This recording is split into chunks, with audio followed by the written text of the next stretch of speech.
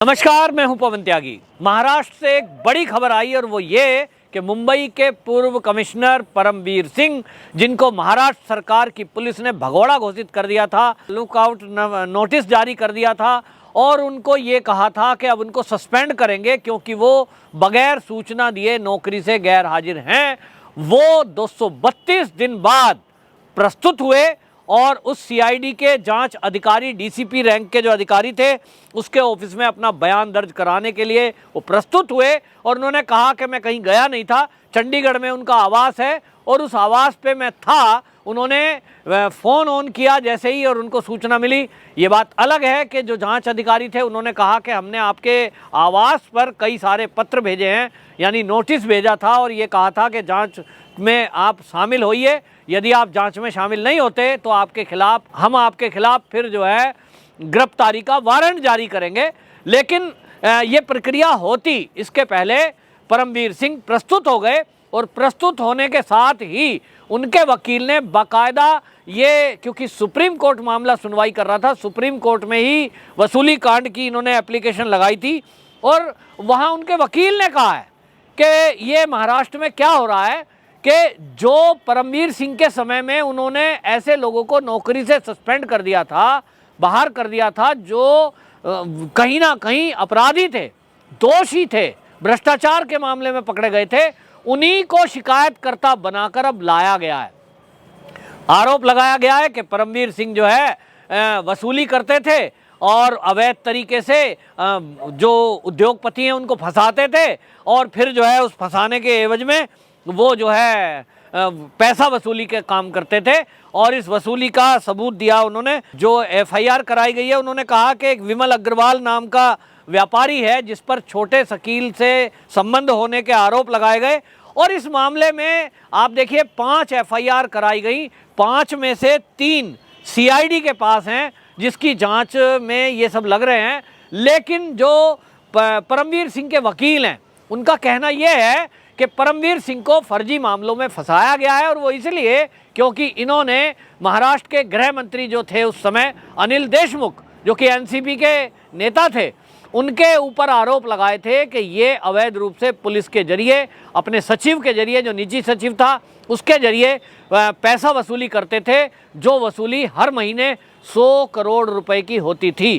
तो अब आप देखिए कि ये जो है पेश हुए हैं। जो ये परमवीर सिंह है, ये 7 सदस्यीय एसआईटी की टीम के सामने प्रस्तुत हुए और इन्होंने बाकायदा प्रस्तुत होने के बाद ये बताया है कि ये जो आरोप लगाए जा रहे हैं मेरे ऊपर कि मैंने कोई वसूली इस तरह की थी किसी को अवैध परेशान करके, ये आरोप निराधार हैं और ये मेरे पे दुर्भावना से लगाए जा रहे हैं क्योंकि मैंने 100 करोड़ की वसूली का मामला खोला। इसको लेकर मेरे पास पुख्ता सबूत हैं और गंभीर बात यह है कि इस जांच आयोग के सामने भी बाकायदा जो परमवीर सिंह हैं उन्होंने ये बात खोली है और सुप्रीम कोर्ट में उनके वकील ने भी बताया कि ये जो वसूली कांड की जो एप्लीकेशन है, इन्होंने 2 कॉपी बनाई थी परमवीर सिंह ने। एक मुख्यमंत्री उद्धव ठाकरे को दी कि आपके मातहत जो आपके गृह मंत्री हैं अनिल देशमुख, ये इस तरह से पुलिस के जरिए वसूली कर रहे हैं, इसकी जांच की जाए। और दूसरी कॉपी उन्होंने दी थी सीबीआई को। सीबीआई से भी जांच का आग्रह किया था। सीबीआई ने जब इसमें देखा कि 100 करोड़ की वसूली का मामला है तो कुछ अनियमितता की कंप्लेंट पहले से भी थी और इस मामले को ईडी को ट्रांसफर किया गया। बाकायदा ईडी को ऐसे सबूत मिले कि शेल कंपनी के जरिए अनिल देशमुख, उनकी पत्नी, उनका बेटा, ये सब ने मिलकर के घपला घोटाला किया है और 43 यानी 43 करोड़ रुपए की तो इनकी संपत्ति सीज की। प्रथम दृष्टया ईडी को जो प्रमाण मिले वो भ्रष्टाचार के, अनियमितता के मिले और उसी के आधार पर बॉम्बे हाई कोर्ट में केस गया तो कोर्ट ने बाकायदा अनिल देशमुख को जेल में भेजा हुआ है। वो जेल में है और वो जेल न्यायपालिका के जरिए हुई है। इसका मतलब इतना तो सिद्ध है कि कहीं ना कहीं अनिल देशमुख के पास जो संपत्ति है उसको वो बताने में नाकाम रहे कि ये जो इतनी संपत्ति है कहाँ से आई, शेल कंपनी क्यों बनाई, आपने क्यों ऐसी हेराफेरी की कि आपने पैसा दिया किसी कंपनी के नाम, फिर वो एनजीओ के नाम और एनजीओ से घूम के आ गया आपके फैमिली में, कि आपने जो है अपनी जो पत्नी है उसको ट्रस्टी बनाया हुआ और पता नहीं कैसा घपला करके के कंपनी डूब जाती है, वो लोन लेती है, उसमें कोई खाते में दिल्ली का एक व्यापारी पैसे जमा करा रहा है। अब दिल्ली के व्यापारी ने, जो कंपनी है ही नहीं, एग्जिस्ट ही नहीं करती, वो शेल कंपनी, उसमें पैसे जमा क्यों कराए, किस एवज में कराए? क्या ये किसी पुलिस के अधिकारी का ट्रांसफर का पैसा था? यही पूछताछ करनी है ईडी को, यही सीबीआई को पूछताछ करनी है। और यही परमवीर सिंह कह रहे हैं कि इनकी स्टाइल यही थी कि ये पुलिस वालों को मनमर्जी की पोस्टिंग देने के नाम पर, वहाँ के व्यापारी, होटल मालिक, बार संचालकों को सुविधा देने के नाम पर ये पुलिस के जरिए पैसे लेते थे। और जरिया यही तरीका भी था कि अपनी कोई एनजीओ बताई, कोई शेल कंपनी बताई, उसमें पैसा जमा करा दो। पुलिस के अफसरों को कहा वसूली करके लाओ। सचिन वजह उसका एक उदाहरण है। अब सचिन वजह आज जेल में बंद है, इनकी गिरफ्त में है, और ऐसा लोग पहले ही कह रहे थे कि सचिन वजह को देख लेना, वसूली के जो आरोप लगाए वो मुकर जाएगा। और देखने में यही आ रहा है कि वो कहने लगा है कि देखो जी, मैंने डायरेक्ट तो पैसे नहीं दिए थे, इनके जो निजी सचिव थे अनिल देशमुख के, मैंने तो उनको बात करते सुना था, मैंने उनके जरिए दिए, उनको दिए।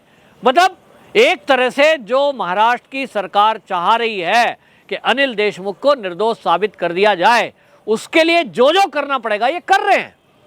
तो जनता तो समझ रही है, जनता को समझ में नहीं आता कि आप किस तरह की जांच कर रहे हैं। क्या ईडी झूठ बोल रही है? क्या न्यायपालिका ने अनिल देशमुख को जो जेल भेजा है वो गलत दस्तावेजों में भेजा है? उनको समझ नहीं है इतनी। तो इस तरह की आवाज़ें उठ रही हैं, लेकिन इतना जरूर है कि परमवीर सिंह को ये सस्पेंड करने की जो कोशिश, तैयारी सब कर रहे हैं, उसने जो जवाब दिए हैं, उसने कहा भाई मैं मेडिकल लीव पे गया था, उसकी सूचना वरिष्ठ अधिकारियों को दी थी, फिर छुट्टी बढ़ाने की एप्लीकेशन दी कि भाई शरीर में अभी दर्द है, प्रॉब्लम है और मैं अभी नहीं आ सकता हूँ। तो मेडिकल लीव लेने का एक अधिकार है, और मेडिकल लीव में ये व्यवस्था है कि आप छुट्टी जा रहे हो तो अपना अनफिट का मेडिकल भेज दीजिए, बाद में फिटनेस का भेज दीजिए, बीच के कार्यकाल को आप बढ़ा सकते हो।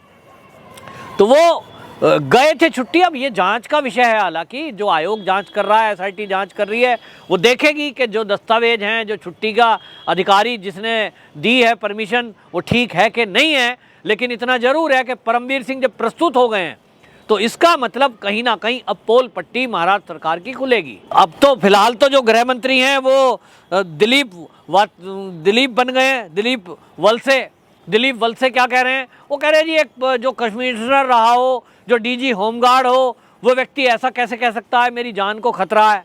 ये तो हंसी की बात है। तो भैया जान को खतरा क्यों नहीं हो सकता? एक कमिश्नर ऊपर पावर ज्यादा रखता है या एक गृह मंत्री ज्यादा पावर रखता है? एक गृह मंत्री राज्य का, उसके अंडर में तो कमिश्नर जैसे रैंक के कई आदमी काम करते हैं भाई। और जान को खतरा ऐसा नहीं है कि पुलिस वालों को नहीं होता, कोई सीबीआई एनआईए में काम कर रहा उसकी जान नहीं है। बदमाशों से सबको खतरा है। ये बात अलग है कि परमात्मा की कृपा या उनकी कुशलता, वो बचा ले जाते हैं अपने आप को। तो परमवीर सिंह को लगा होगा, क्योंकि उसके पास जो सबूत हैं, परमवीर सिंह को आपकी कार्यशैली पता है कि ये सरकार किस टाइप की है, इसमें मंत्री किस टाइप के हैं, अनिल देशमुख कौन है, उनके संबंध कहाँ तक हैं। अब जैसे नवाब मलिक जी हैं, वो एनसीपी के प्रवक्ता हैं, वो बोल रहे हैं कि हम सिद्ध कर देंगे अनिल देशमुख की कोई गलती नहीं है और वो निर्दोष है, और उन पर आरोप लगाए गए हैं कि उनके संबंध दाऊद से हैं। तो जिनके संबंध दाऊद से हों, बम ब्लास्ट वाले से हों, ये मैं नहीं कह रहा, ये बीजेपी के नेताओं ने आरोप लगाए हैं। बाकायदा पूर्व मुख्यमंत्री जो देवेंद्र फडणवीस हैं, उन्होंने लगाए हैं। अब इसको लेकर आपने मानहानि का दावा किया है, लेकिन ये तो सिद्ध देवेंद्र फडणवीस बताएंगे।